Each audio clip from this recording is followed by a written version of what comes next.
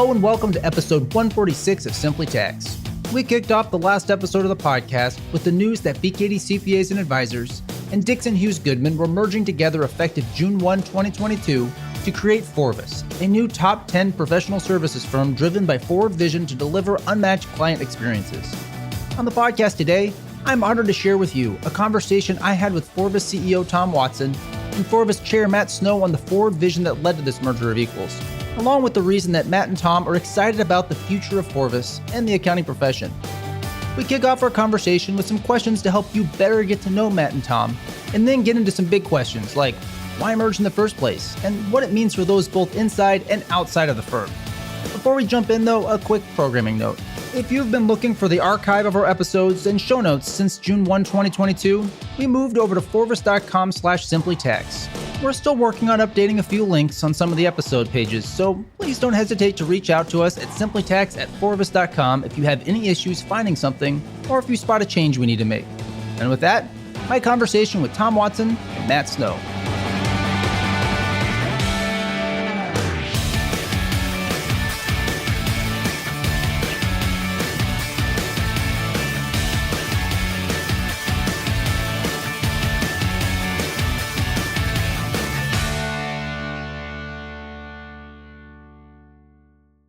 Why don't we start with you, Tom? This is a question I feel like, I don't know, I've even just reflected on because I took some turns along the way, but thinking back to maybe when you were going into college, what was it that you wanted to be, like when you grew up, so to speak, if that's even the right term? And maybe how has that changed and why since that time?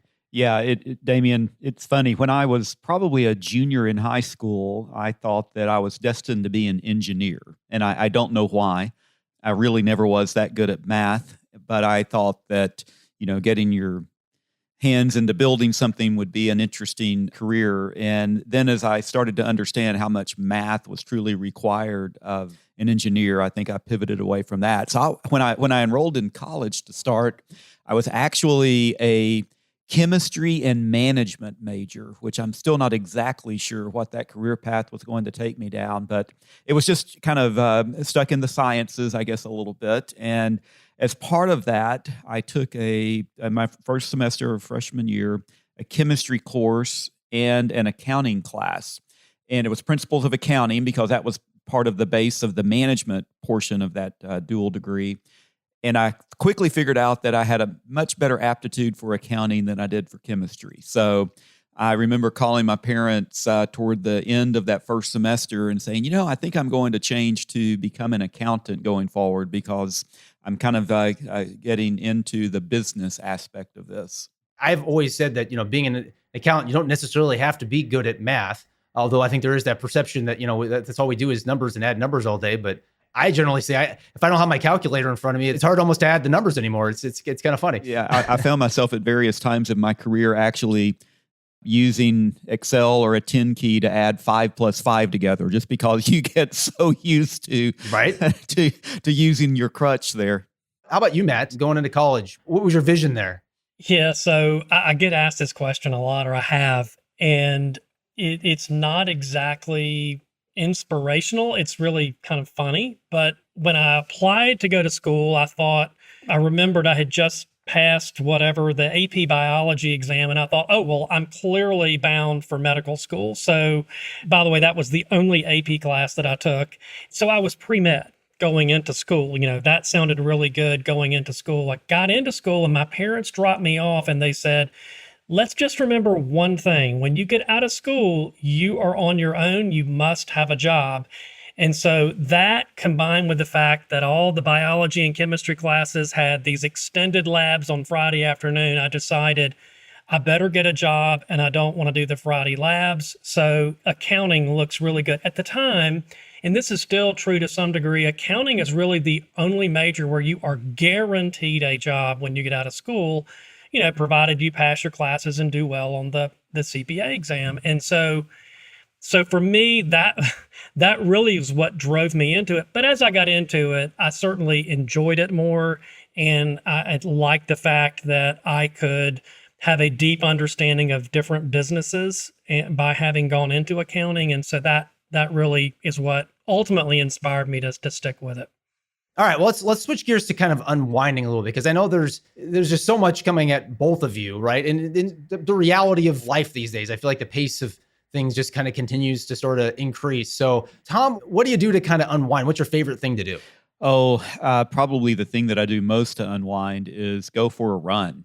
It's very common to, if I find myself with even, an open 90 minutes in my schedule in the middle of the day, I'll try to use that to go for a 3 or 4 mile run. Just really, I'm working the whole time when I'm running. I have a problem I'm trying to think about, but it's a big de-stressor for me to get out and pound the pavement a little bit. So that's probably the number one thing. And then it has some hopefully added benefits of helping you stay a little bit healthy along the way too, because Matt and I both have ample opportunities to travel and meet and break bread with people, and you need to make sure you offset the calorie intake part of the math equation with a little extra exercise along the way. There you go. Yeah. Beyond that, Damien, it's read a good book, spend time with family, maybe play around the golf. But for that quick recharge, it's definitely a half an hour run or something like that matter. Yeah. Matt, how about you? First of all, let me just say, Tom is the most efficient exerciser that I know. And so, we can have, he said 90 minutes, but I'm telling you 45 minutes and the guy can go run 3 miles, have a shower, and be back and ready to go at whatever it is that we're doing. So I have to give him that credit. He is super efficient at that, which I'm jealous of. So I go to Orange Theory. I'm similar to Tom. I have to have a little bit of physical energy recharge, physical exercise in order to really get that recharge that you're talking about. And it's a 60-minute workout, high intensity interval training. And that really works for me. I do that 3 or 4 days a week. I do it in the morning. It's a great start to the day. More broadly, Patty and I love going to the beach, and nothing like a good long walk on the beach and to either be quiet, or we can talk through something that's going on, or laugh, joke, whatever it is. But that's another favorite of my own personally. I think the recharge is so important. It sounds like you both have a very a good system for doing that, and kind of that repetition of being able to do that, and knowing you kind of got to take care of yourself so you can take care of others, sort of thing. Another question I like to always ask, and particularly maybe it's a little bit self-serving here, because I always am looking for good things to add to the reading list. And it's always difficult to say, what's your favorite book? Because I know if you ask me that, I don't know that I can narrow it to one. But Matt, what's your favorite book, and maybe why? Well, so let me give 2 categories here. Okay. One is just personal, just downtime reading, which is also something I like to do on the beach. Any John Grisham books, and the numbers are waning now. I need to get some, because I've read a lot of them, but any John Grisham book I love, and they're very entertaining. You can get lost in those, so I enjoy that. From a work perspective, I like The Go-Giver is a good one. It's been out there a long time, and it's a short read, and it really has great messages, and that's a good one. And there's one that I'm about to read, a book by a guy named Peter Zeihan, who's a geopoliticist, and he's predicting the end of globalization as we know it today. Haven't opened it up yet, but with all that's going on, and he's a specialist in Eastern European affairs, it'll be interesting to read what he has to say. But those are mine. Those are great. I like how you kind of did the 2 categories there, because I think, to be fair, you kind of, there's different reasons for both, right? That's right. So Tom, I don't know, what's your list look like? Yeah, well, I'll stick on the for fun and for business aspect here. So there's probably 3 authors that I tend to watch for new books coming out. Ken Follett, Nelson DeMille, and Daniel Silva are very different styles of books, but they're interesting plot lines, and you kind of have to pay attention to some of them to understand what's going on. So I'm reading a Nelson DeMille book here on vacation, actually, while we're chatting. From a non-recreational read, probably the one that I've been reflecting back on recently is a Covey book called The Speed of Trust, and just thinking about putting a merger together like FORVIS, and how important it is for our new firm to really build trust quickly, because it does increase the speed of everything, including business. So I first got introduced to this book probably a decade ago, when another managing partner in our firm helped our office in Dallas do a strategic retreat, and he had us all read the Speed of Trust book, and it really has resonated with me ever since. So highly recommend that book. Well, Tom, you mentioned the merger, and obviously that's been such an exciting thing. And I also had the pleasure of seeing you both last week, I guess, at our Better Together conference, as we called internally. So before we get to that, maybe we back up a little bit as to how we got there. Tom, why don't we start with you around just some background on BKD prior to June 1st, 2022? BKD was founded in 1923 in the southwest part of Missouri and has grown for 100 years, so nearly 100 years old, and grew to be around the 14th largest firm in the country. It's funny, I used to be able to rattle off statistics for BKD, and now, frankly, they're becoming fuzzy because I'm so focused on statistics for FORVIS. But the firm was highly successful. I've been with the firm nearly 32 years now, I guess. So was just really, I think, a great culture, a deep client experience, client service focus, really focused on values around excellence and passion and integrity and disciplines. And so those pride values that we spoke to are really resonated with me early on in my career and helped me whenever the chance might have come up to look at a different alternative before I was a partner. It's like, where else am I going to go that's better? So the firm grew to have offices from Chicago to Houston and New York to Salt Lake City. But as we might discuss as we move forward, there were clearly opportunities for us to continue to grow. And thankfully, many years ago, our firm was one of those that helped found Praxity, which is our international association. And through that, we got to know great people like Dixon, Hughes, and Goodman. And so that helped set the story for FORVIS over time. Okay. So, Matt, I'm going to ask you the same question. Tell us a little bit more about DHG leading into the merger here. Just statistically, we were ballpark 2,200 people. And this year we finished our year out at about $620 million in revenue, I believe is where we finally finished counting when we got to that point. And we were 17, so ranked 17th in the country going into the FORVIS merger, just to give you some background. Playing off of Tom's mentioning of BKD having, almost a 100-year anniversary, which is incredible. We consider ourselves really a young firm as firms go. And the reason is we're the product of the merger of Dixon, Hughes, and Goodman, the three large firms that came together. And that happened really in 2005 and in 2011. So when you think about us being the size and the presence that we are, we haven't been there as long as BKD had. However, each one of those firms had done mergers with lots of other firms over the years and to get to where we were. So it's just a difference in history and background. It's interesting when you contrast the two there. Things that were important to DHG going into FORVIS, things like one firm, really into one team. It doesn't matter where you sit, what industry, what service line you're in. We're all about the one firm, one team, which was important to us going into FORVIS. BKD has a very similar approach as well. Industry focus was really big for us. The client experience was very important to us and equally going into FORVIS as well. So these are the things that really for us, we were looking for continuing, albeit on a different platform as we went into FORVIS, because those were all certainly, the people focus was also something. I know that was important for BKD too, but we've really spent a lot of time in the last, I call it 3 to 5 years, focused on inclusion and making sure that everybody feels like they belong and that we can have a wide range of diverse team members here at the firm and what their experience is like when they're here. It's almost like a puzzle piece, right? And kind of there's some overlap and some pieces that fit together really well there, just in hearing you describe that. Tom, why merge? Why the merger?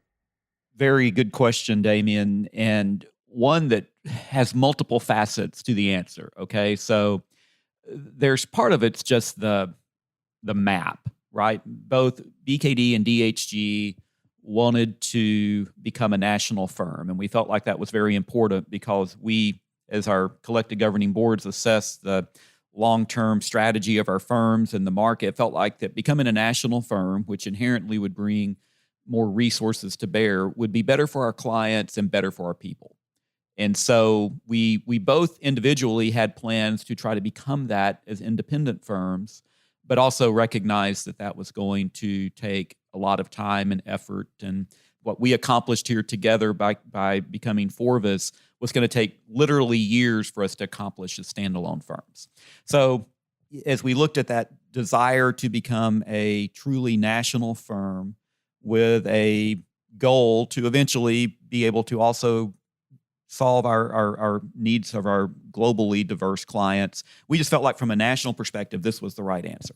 However, there's a lot of different firms that we could have probably have identified that would have filled out the map.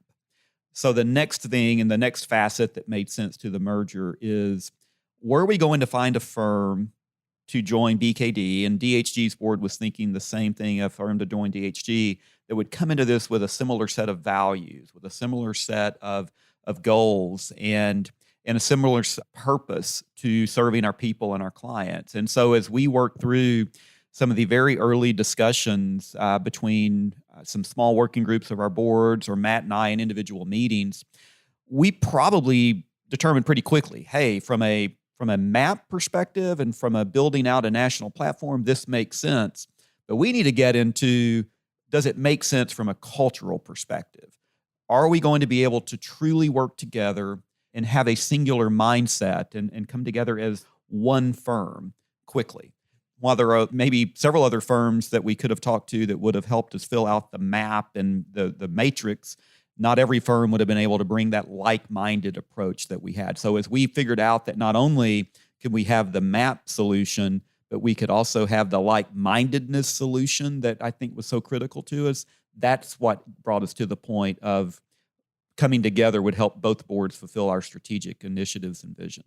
And maybe just to follow along to that, Tom, there's a lot in the mix there, right? And you can unpack a lot of it. But if we look at maybe if I'm a client of FORVIS, what does this merger really mean for me? And what's in it for me as a client? What's the value proposition there? I would narrow it down to maybe three different areas, Damien. First, we now have a cohesive group of people literally coast to coast that can serve our clients. And while we've learned a lot in the pandemic that we can work remotely, there is something to be said for having people on the ground near a client's location that can serve them more face-to-face. So I think we'll clearly be able to accomplish that. The second thing that I believe will happen is both firms came into FORVIS with a deep commitment to being industry specialists. And we believe that the way we can best serve our clients is to have individuals that understand their industry, hopefully as well as they do, and that are committed to understanding the problems that each industry is facing and then crafting specific solutions to address those problems. While we each had industry specialists in individual firms coming in, we now can pool those resources, get even deeper into certain industries, have certain industries where maybe we have subspecialists that, maybe if it's an insurance industry niche vertical, we now, instead of having insurance, we have health insurance and life insurance and P&C, and just get into that more sub-industry niche specialization. I think the third thing that we'll find for our clients is we believe that by forming FORVIS, we will be able to attract the best of the best people, and that the professionals that will either grow internally or that will come to us through a lateral hiring or transfer perspective will truly be able to provide better services to our clients, because by being a top 10 firm, we will be a better attractor of talent than what we would have been individually. So geographic proximity, deeper industry specialization, and even better people than we could bring before, I think will be three of the benefits to our clients. Matt, the same, why merge? Anything you'd add there? And maybe what you see as the most important thing about a merger to get right? Yeah, so Tom hit it well. And the only thing I would add is, and both of us felt this, was the need to be able to continue to grow with our clients. And it doesn't mean outgrow clients. That's not what we're after at all. And so we're not, this deal was not done to try to change up who we do work with, except to grow with our clients and to expand more of the people that and the clients that we can work with. So growing with our clients was a big part of why we wanted to do this. The question on what do we need to get right and, what's important to get right, Tom and I would probably both answer pretty quickly that getting the culture thing right is important. And you heard Tom say that getting them exact where there are no two cultures exactly alike. It's like people, there's no two people exactly alike, but there are people that have a lot in common and can be like-minded, as you heard Tom say, on a lot of different issues. And so getting that culture right is important. So how do we make decisions? And is there clarity about how we make decisions? And are we getting along? And are we agreeing to disagree on certain things, but then come to a reasonable answer on things without having knockdown drag outs? And so that culture part is so important. The integration, I would say, Damien, too, has to be expedient, and procrastination can really hurt us here. And so moving quickly, but not too quickly to break down too much China, but moving as quickly as we can will be important to us. And I'd say the last thing, and this is tied to the other two, is just clarity on leadership and strategy. Who are the decision makers? And it's hard, and especially when you have a merger of equals, but who are the decision makers, and what is the strategy, and where are we going as a firm? And so those are the things that I think are critical to getting this right. Yeah. Are there things that you've focused on to maybe make sure those things are getting done right? Yeah. So I think one is being very clear about leadership. It was one of the first things that we announced early on was, who are the leaders and what will their roles be? And even going one or two levels as far as we can go in the organization before we even, close the merger. And so I think that was certainly one step that we took. And having a chief integration officer is also a big move that we've made, and charged John Roberts, that person, with pushing us. And Tom and I and other leaders can make sure if we think we're getting ready to break the China and the China shop, we'll pull him back. But being quick and expedient on that with a leader who would do that for us was certainly very important. And just really pushing ourselves not to procrastinate if we can possibly avoid that. I like that metaphor with the China shop, because it is it's a delicate balancing act there, but it is. You kind of have to strike the right balance there to make it work. So I don't know, Tom, maybe anything you would add there, and maybe if anything surprised you so far. I mean, obviously we're about a month in or so. How have things been going from that perspective, just with expectations coming in? So as far as things that are critical to get right, I think figuring out early on if you can tackle hard questions together and come up with a solution that both groups agree on. Before we even got to the point of disclosing this to our partners in each firm that we were recommending forming FORVIS, we identified what we ended up calling big rocks, just things that were so important for us to determine how our two firms are going to operate. Because even though we were like-minded, we did things differently. And one thing that John Roberts, our integration officer, is determining, there's a lot of things we do differently. But we knew early on that there were several things, the way that our governance was structured, the way that maybe we are organized in industries or service lines, just various things. And we had to pick a solution that was right for our new firm going forward. So Matt and I worked together along with several on our leadership teams and identified some of those. And we put those out to groups of leaders in each firm and said, here's the question, get together in a room and let us know what your answer is. What can you recommend for our new firm? And I would tell you that the time that I felt like this merger was going to work is when we started seeing those answers come out of those various work groups, and they were very cohesive in their approach, and they were resolute. And this is our group's answer. This isn't team A or team B coming back with an answer. This is the answer that we think is going to be right for NextCo, is what we were calling it at that point in time.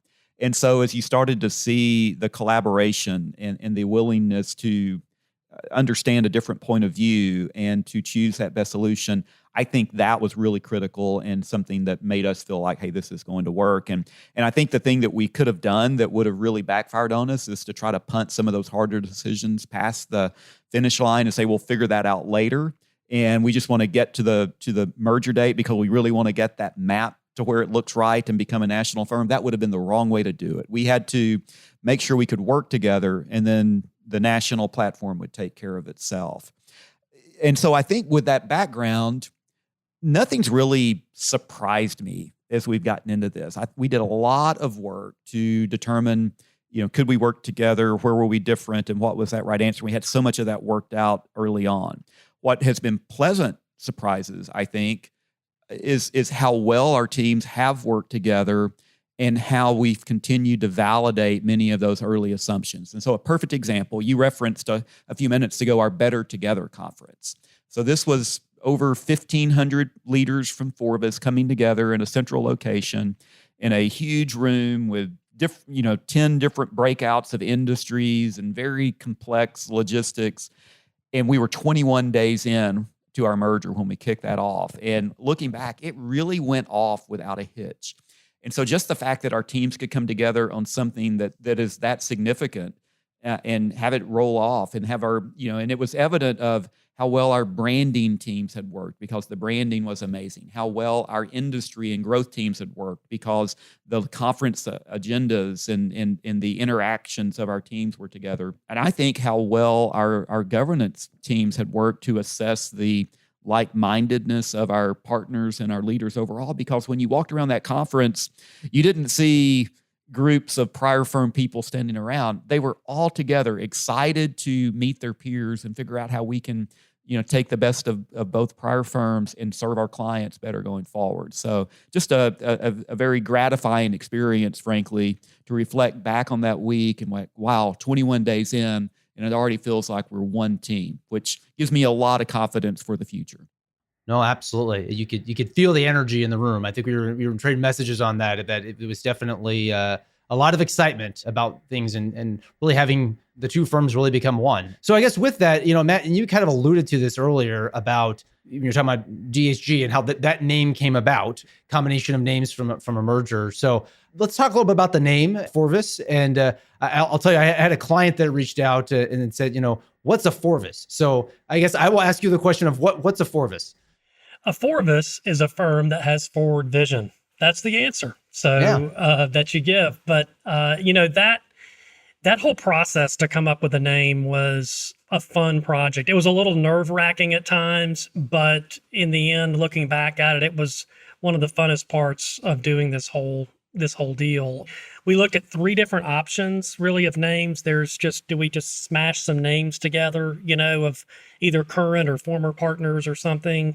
We looked at the initials combinations, which seems like kind of what everybody else is sort of, including DHG once upon a time and BKD. Do we just smash those together, or do we do something totally different? And as you know, we picked the latter of those, and we started by going through and saying, well, what do we mean? What do we stand for? What do we want our brand principles to be? And out of that, we really created sort of a board of what all those brand principles were. And the forward vision really came out of that exercise. And trust me, we looked at a lot of names, and we looked at all kinds of variations of things, but we also use focus groups, people that could help us read these and really, does it make sense? Do you like it? Do you not? And what we found was, in most cases, it really resonated with people, and not with everyone, like your client, for example. What is a FORVIS? Or some people just didn't like it. But what we found was it grew on them, and they came to like it really over time. And so that long-standing longevity of the name was what we were really looking for there in doing that. But it was a very interesting, fun, collaborative process that I really actually enjoyed looking back on it.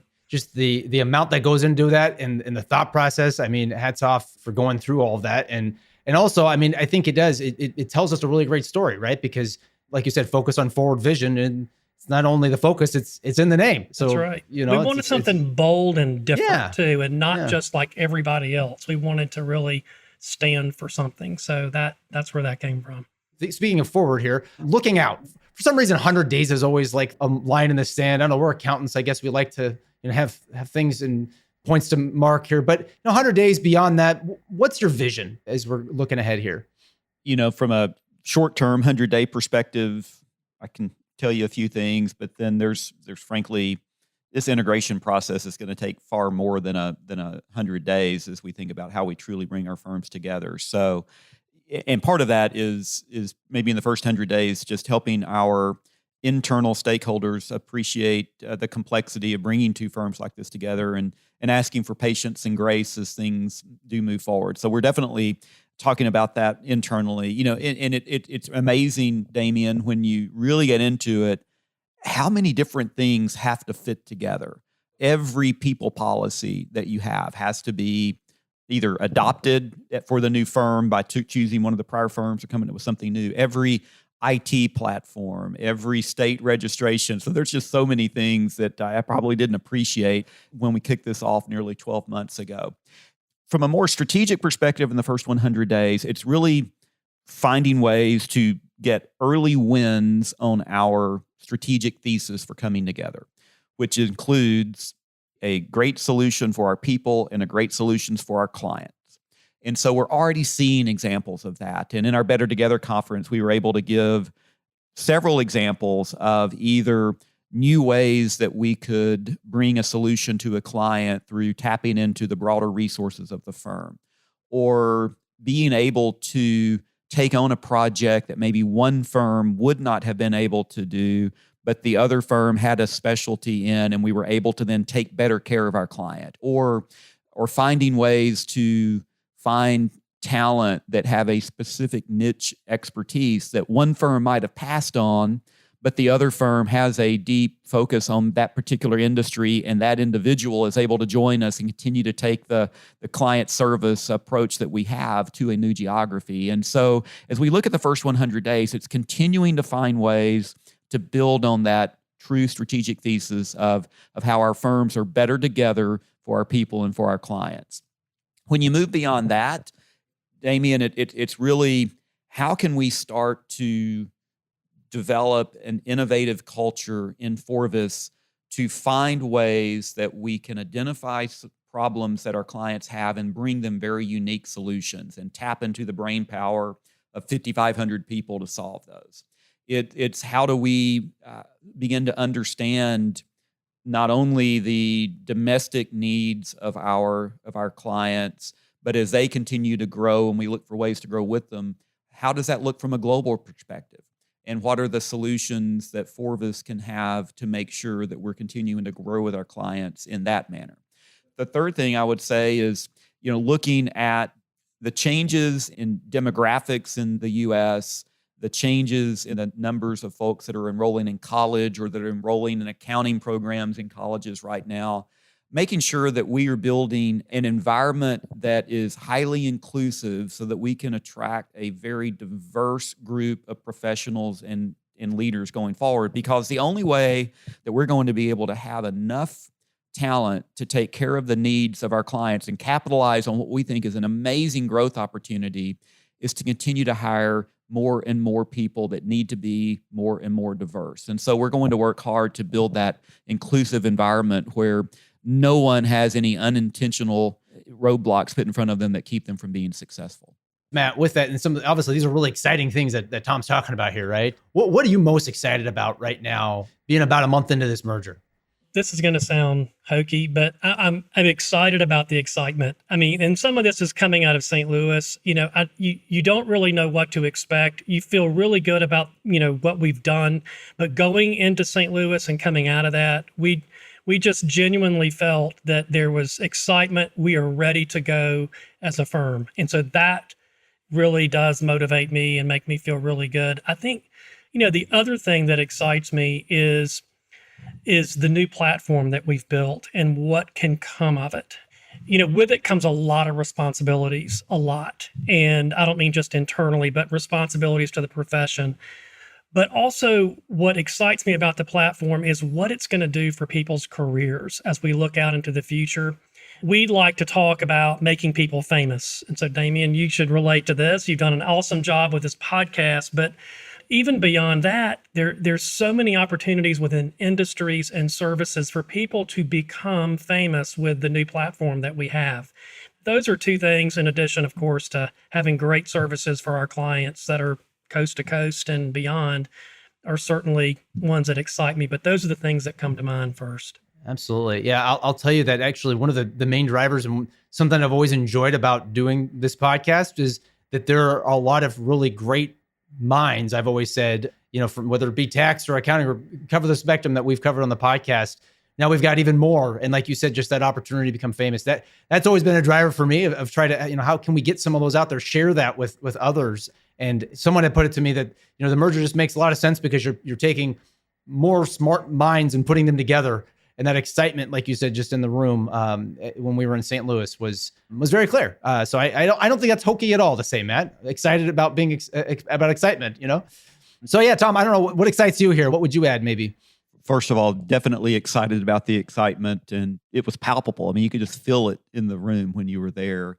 The other thing that maybe is exciting to me is I think we have a unique opportunity that won't come around in your career very often, and that's the chance to really build something special. We're taking two firms together that had great cultures, but now we're a top 10 firm, and there's 5,500 of us that are on the ground floor that can mold what this new firm of the future looks like. And it's going to be special because it's going to be nimble. It's going to have a great approach to providing unmatched client experiences. It's going to be a firm that challenges people to become even better than where they are today. Become their best self is one of the words that we're using there. And if you had told me 30 years ago that, hey, you're going to be able to be part of creating a new top 10 firm, and you and many other leaders are going to get to work together to set the stage for the next 100 years of what that firm's going to look like, I would have said, I'll take that in a heartbeat. And so here we are. And so what I'm excited about is just getting to work with all these great leaders across the firm and build something special. It's not going to be easy. That's okay, because building something that's really strong and sustainable takes a lot of thought and a lot of effort and the willingness to ask hard questions and build consensus and get to the right answer. But when you get done, it's going to be a great thing to look back on, and all 5,500 of us are going to be able to say, I helped build that. And that's exciting to me. Maybe as we kind of wrap up here, maybe just some closing thoughts or maybe something we haven't touched on. Anything that comes to mind as a kind of closing thought you'd leave the listeners with here? The final thing I'd mention, Damien, is we're not a firm to issue audits or do tax returns or what. I mean, that's what we do, but that's really not what our purpose is, right? Our purpose is really to help deliver our part of the bargain of selling trust. That there's trust in the work products we deliver. There's trust that this is a great career for our people. And so I think our firm understands that our purpose is far beyond what we do. It's the impact we have on our people and our communities. And we look forward to continuing to deliver on our commitment there and fulfill our purpose to make our clients, our communities, and our people better.